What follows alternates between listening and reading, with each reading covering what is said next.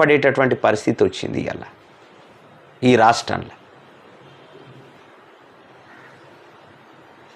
ఈ రాష్ట్రంలో వచ్చింది ఏంది?